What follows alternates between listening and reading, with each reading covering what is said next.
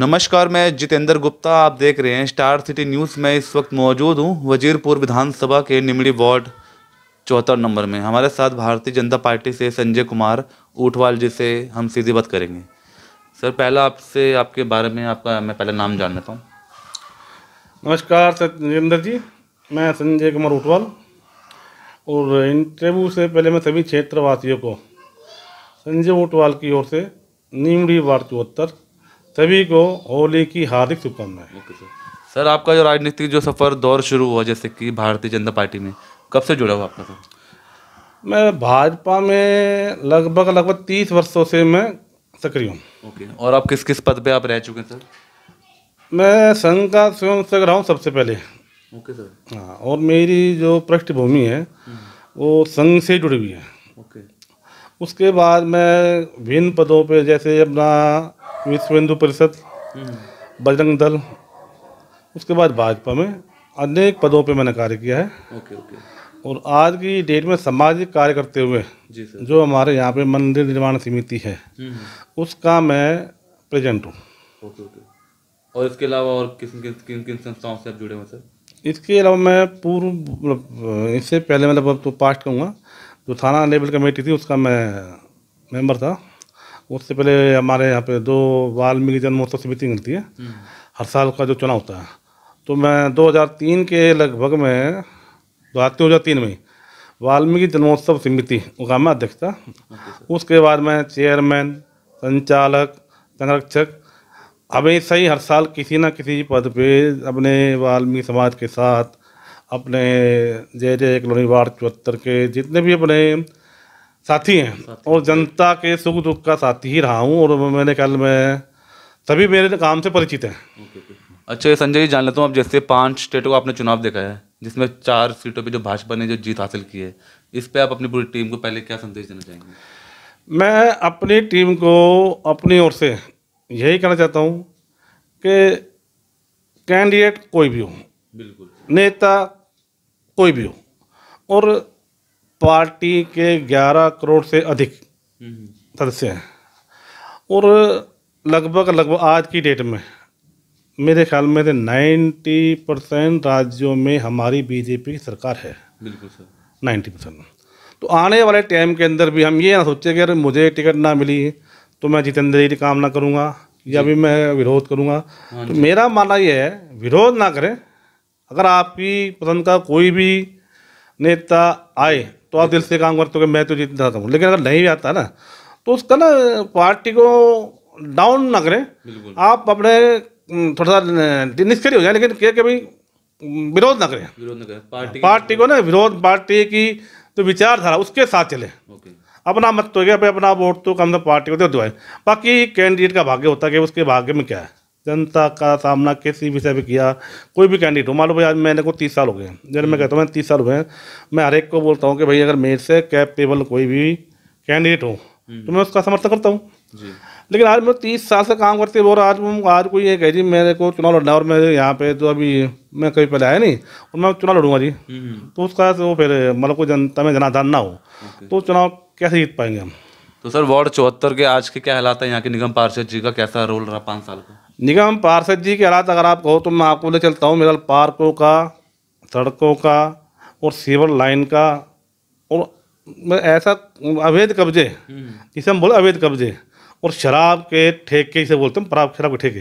केजरीवाल जी ने 1000 ठेके खोल दिए और घर घर में दारू की बोतलें एक साथ एक फ्री शुरू कर दी है। हाँ, एक फ्री शुरू कर दी है कि भाई आप दारू पियो और अपने घर में रहो, कोई काम मत करो, निठल्ले बैठ के खाओ। तो यानी अगर कोई आदमी फ्री कोई कह रहा तो कब तक देगा?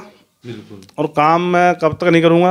आने वाले टाइम के अंदर कभी ना कभी तो ये तो है नहीं कि मेरे काम ना करना पड़ेगा, और काम करूँगा तभी तो रोटी खाऊंगा। बिल्कुल सर। अर्थव्यवस्था से हमारी कहीं ना कहीं अर्थव्यवस्था देखो अभी, और केजरीवाल जी ने तो ये कहा था कि मैं आने वाले टाइम में, जब मैंने आया था, मैं अपने बच्चों की कदम खाता हूँ कि मैं ना समर्थन लूँगा ना मैं समर्थन दूंगा। लेकिन उसके बाद बच्चों की कदम खाने के बाद बच्चों का ही नहीं हुआ तो जनता का क्या होगा? बच्चों की कदम खा के केजरीवाल जी ने कांग्रेस के साथ जो उनका समर्थन लिया और समर्थन लेके उन्होंने 4 दिन की सरकार बनाई, आज वो कहते हैं बिजली फ्री, पानी फ्री। सर पानी फ्री, बिजली, आप पानी कितना गंदा आ रहा है। नाली का पानी आता था, मेरे अपने घर में भी नाली का पानी आता है। अगर कभी हुआ तो मैं आपको विशेष तौर पे लाऊंगा, आपको विशेष इनवाइट करूंगा और आप यहाँ देखना क्या आपको लगता है कि हम सही कह नहीं कर रहे। अगर हम झूठ कह रहे हो तो आप जनता है पूरी, ये कल मैं आपको सर्वे कराऊंगा, सर्वे देखना कि घूमना क्या आपके लोग क्या कहते हैं। तो लोग बड़े परेशान है कि पार्षद भी और विधायक भी, मेरा पार्षद तो दिखता ही नहीं, क्योंकि जो उनके ससुर जी हैं रणधीर सिंह आज़ाद जी, उनके नाम पे उनको टिकट मिली और सारा कार्य खुद करते हैं। दूसरा विधायक जी को शायद मेरे ख्याल में जय जय कॉलोनी का, उनकी अपनी पार्टी के वर्कर के अलावा जो जय जय कॉलोनी का वासी है, अगर एक भी आदमी ये कह दे कि मैंने राय गुप्ता का घर देखा है, हाँ मालूम ही नहीं, मुझे खुद को नहीं पता।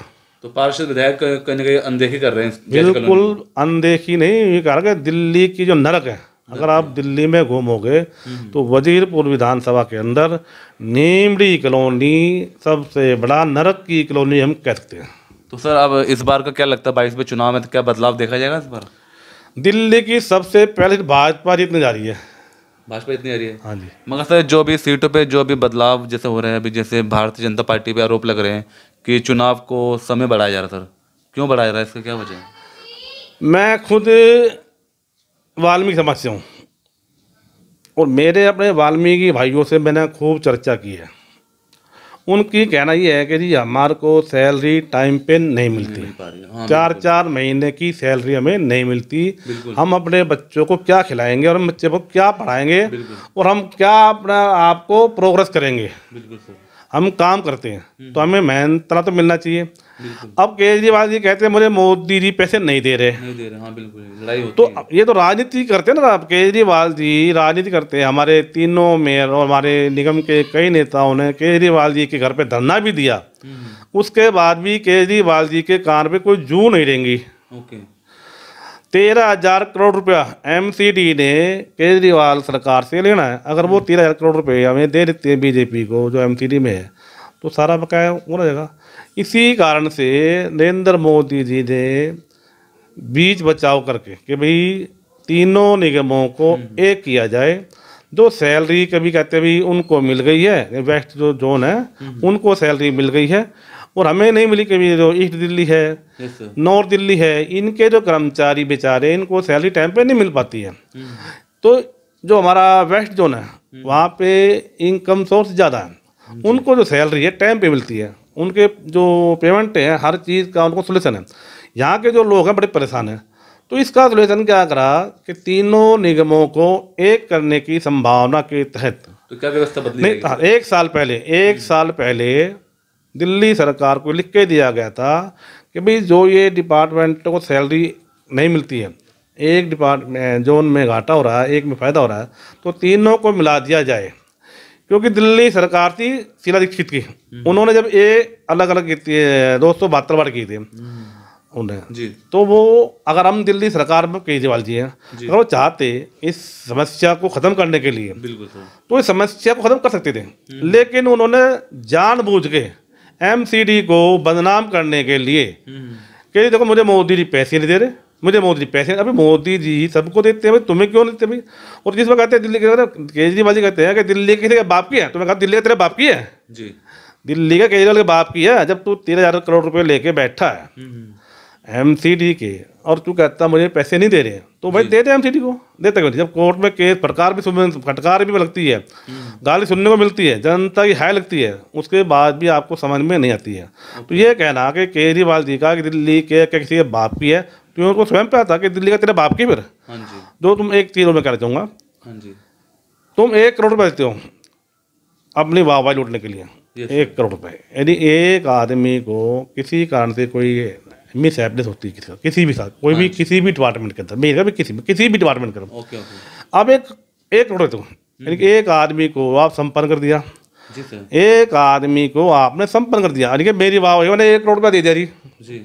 अपने घर से आप 10 लाख रुपए दे के देखो, मैं मान जाऊँगा, मैं राजनीति छोड़ दूंगा जिस दिन आप अपने घर से केजरीवाल जी 10 लाख रुपए के 10 चेक बांट दोगे तो।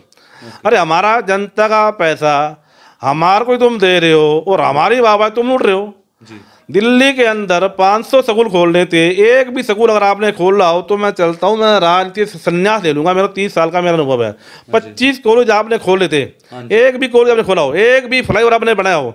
दिल्ली की सड़कों में इतने गड्ढे हो रहे हैं, सड़कों में गड्ढे हैं, सड़कों में गड्ढे, गड्ढों में सड़क, अब जी सर। गड्ढे में सड़क चल रही है अब।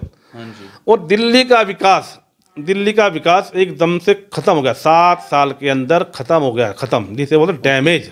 अच्छा संजय जी, मैं थोड़ा ये चर्चा कर लेता हूँ निमिड़ी वार्ड को लेकर। सर आपकी क्या क्या एक्टिविटी चल रही है अपने समाज के बीच में, जो भी जनता की यहाँ समस्या होती है उस चीज़ को लेके आप कैसा, आप उस चीज़ को मतलब मैनेज कर रहे हैं? जितेंद्र जी, मैं इतना ही कहूँगा, कहते हुए अपने मुंह बड़ाई करना अच्छी बात नहीं होती।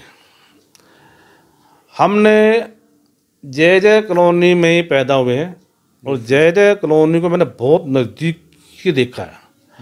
और इतना मेरा कहना है, अगर हम भगवान की कृपा बरसात की हुई और हमें पार्टी ने जी दायित्व सौंपा, हाँ जी, तो हम पार्टी को ये सीट दिल्ली के अंदर सबसे पहले, इतिहास में कह रहा हूँ, आज तक का इतिहास है, हम ये वार्ड हारते हैं, हम ये वार्ड हारते हैं, हारते हैं। ओके, निमिड़ी ये हम ये वजीरपुर विधानसभा का सबसे डैमेज वार्ड है। निमिड़ी, ओके। इसीलिए मैंने कहा इस वार्ड में अगर बीजेपी पार्टी हमें इस बात के लिए समझती है, दायित्व देती है, हमें इसके लायक समझती है, तो हम ये सब सीट सबसे पहले जीत करके उनकी हाथों में देंगे। तो सर आपका मेन एजेंडा क्या है? आप जैसे चुनाव लड़ने जा रहे हैं, तो जैसे आपने बताया कि यहाँ से निमिड़ी वार्ड से भारतीय जनता पार्टी का कभी पार्षद नहीं बन पाया, नहीं बना, एक बार बना है। तो आपका ऐसे अंदर ऐसी क्या खासियत है? एक बारी ममता टिका जी 2007 में हमारे सबसे पहले जब निगम का ये हुआ था, चुनाव में जीती थी। Okay, okay. और हमारी ममता टिका जी ने, हमारी बहन जी निगम पार्षद जी ने इतने कार्य किए थे जो दोबारा नहीं हुए। अच्छा, उसके बाद से उसके बाद कोई कार्य नहीं हुआ, मैं जो कह रहा हूँ कोई कार्य नहीं हुआ। हमारी वाल्मीकि वाटिका है, वो आज भी चल के देखो ना, मैं अभी कभी आपको बुलाऊंगा। जी सर। वो वाल्मीकि वाटिका हमारी ममता टिका जी ने बनाया था, और आज 2007 के बाद 2022 आ गया। चलो, उसके बाद से कोई रेनोवेट नहीं हुआ वहाँ पे? मैं कह रहा हूँ इतने गंद हो गया है कि वो मान लो अगर आप वहाँ पे खड़े भी नहीं रहते, घूमने की बात तो दूर, वाटिका मतलब लोग घूमते ना, आप खड़े भी नहीं रह पाओगे, इतनी आज की हालत इतनी आज के हालत है। और हर रोड के ऊपर, हर जे कॉलोनी के हर रोड के ऊपर इतनी इंक्रोचमेंट हो गई है, निगम पार्षद जी ने इतना इंक्रोचमेंट करा दिया जी कि निकलने के लिए अगर मान लो भगवान ना करे किसी के साथ मिस एम्बुलेंस हो जाए, तो वो अपने पेशेंट को लेके गाड़ी से निकल नहीं सकता भाई साहब, निकल नहीं पाएगा। तो इस तरह की व्यवस्था बनी हुई है। हाँ, तो मेरा मानना है, मैं वादा करता हूँ आपसे, अगर मेरे मौका जनता ने दिया तो मैं 6 महीने से लेके 1 साल के अंदर तक, 6 महीने से लेके 1 साल के अंदर तक सीवर लाइन से लेके लाइट तक और लाइट से लेके रोड तक ऐसा क्लीन कर दूंगा दिल्ली के अंदर, ऐसी कोई जय जय कॉलोनी नहीं होगी। सर और एक छोटा सा कुछ मैसेज अपनी जनता को देना चाहेंगे? मैं सर मैं ये कहना चाहूँगा जय जय कॉलोनी के लोगों को, जी सर, वही छोटा सा। बीजेपी के नेताओं के अलावा हर नेता ने झूठ बोला है कि झुग्गी झोपड़ियाँ उठ रही है, ख़त्म हो रही है, झुग्गी झोपड़ी बीजेपी वाले ख़त्म कर रहे हैं जी, लेकिन आज तक वो झुग्गी झोपड़ी ख़त्म नहीं हुई। बीजेपी के मांगे राम जी विधायक थे 2003 के अंदर, उन्होंने कहा था कि मैं झुग्गी झोपड़ी हटा के इनको मकान दूंगा, मकान देंगे, राइट सर। ये आज भी कहीं भी जाके आप आरटीआई लगा लो पता चलेगा। उसके बाद महेंद्र नागपाल जी ने भी, जो हमारे अभी विधायक पूर्व थे और अभी भी हमारे विधायक हैं, पिछले चुनाव में उनको हार का सामना करना पड़ा। उन्होंने भी ये कहा था मोदी जी के द्वारा 2022 के अंदर जहाँ झुग्गी वही मकान। तो मैं अपने जय जय कॉलोनी के झुग्गी वासियों को इतना करूँगा निवेदन कि भाई झुग्गी झोपड़ी में आप बहुत रह चुके हो, अब मकान में रहने के लिए अपने आप को तैयार करो। और मोदी जी की जो निष्ठा है उस पर शक मत करो, उन्होंने जो कहा वो किया। 2022 चल रहा है, अगर हमारे विधायक होती, दिल्ली में सरकार हमारी होती, तो जहाँ झुग्गी वही मकान हमारे लिए तत्पर तैयार रहते। और जेलर वाला बाग में ये तैयार हैं, झुग्गी वालों के लिए मकान वहाँ दे रहे हैं। इसलिए मैं आपसे यही कहूँगा मेरे अपने जय जय कॉलोनी के निवासियों से, आने वाले टाइम के अंदर लोग शराब बांटते हैं, पैसे बांटते हैं, और जय जय कॉलोनी को बदनाम किया हुआ है कि भाई पैसे दो और वोट लो। तो जय जय कॉलोनी के निवासियों से मेरी इतनी अपील कि आने वाले समय के अंदर अपनी झुग्गी सेवा बस्ती जिसे हम बोलते हैं, सेवा बस्ती को जहाँ झुग्गी वही मकान मोदी जी ने कहा है, ये मेरा वादा है कि जहाँ आपकी झुग्गी है आपको वही मकान दिए जाएंगे। मोदी जी से हम प्रार्थना करेंगे। तो ये हमारी सीधी बात संजय कुमार ऊंटवाल जी से। स्टार सिटी के साथ मैं जितेंद्र गुप्ता।